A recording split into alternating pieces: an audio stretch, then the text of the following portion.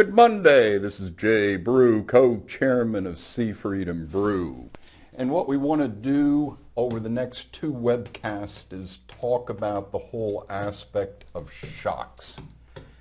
The shocks that are required by the regulators to look at that investment portfolio and the entire balance sheet from the standpoint of economic value of equity.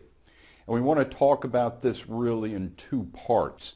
The first part, if you just do the shocks for the regulators. The second part, in terms of really how to fine-tune that to develop it as part of your asset liability. And it is a big thing with the regulators, especially in looking at the up 300 and up 400. And you may have heard me talk before that I feel that it's somewhat just ridiculous to do these instantaneous up 300 and up 400 basis point shocks.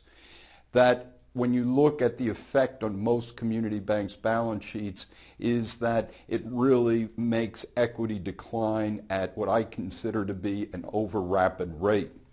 This is the regulators worried about interest rates going up. Yet we have to look at these things in more of a realistic way. And one of the keys that we've discovered in the majority of asset liability models is that they're not taking into account taxes in terms of those shocks. So when you look at 34% difference in terms of those shocks based upon actually paying taxes on the losses as interest rates are shocked up 300 and 400, is that you may be giving the regulators the wrong information, and that this can really impact shocks by a great degree and should be looked into as part of your modeling. A lot of models can't do it. It's not built into the models to shock that economic value of equity and tax affect it.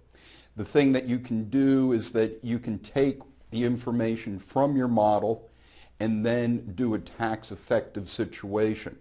Also looking at not only federal taxes, but if you also have state taxes that you pay on an ongoing basis.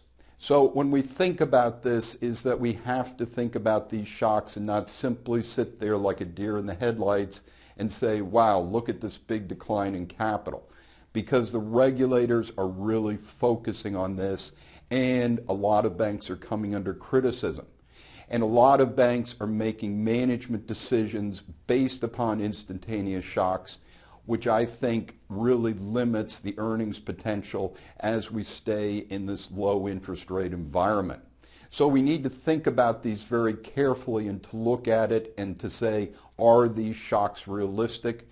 And next week what we're going to do is to move into our asset liability models to say, how should we actually be looking at this from a management perspective? This is Jay Brew, co-chairman of Seafried and Brew. Have a great week.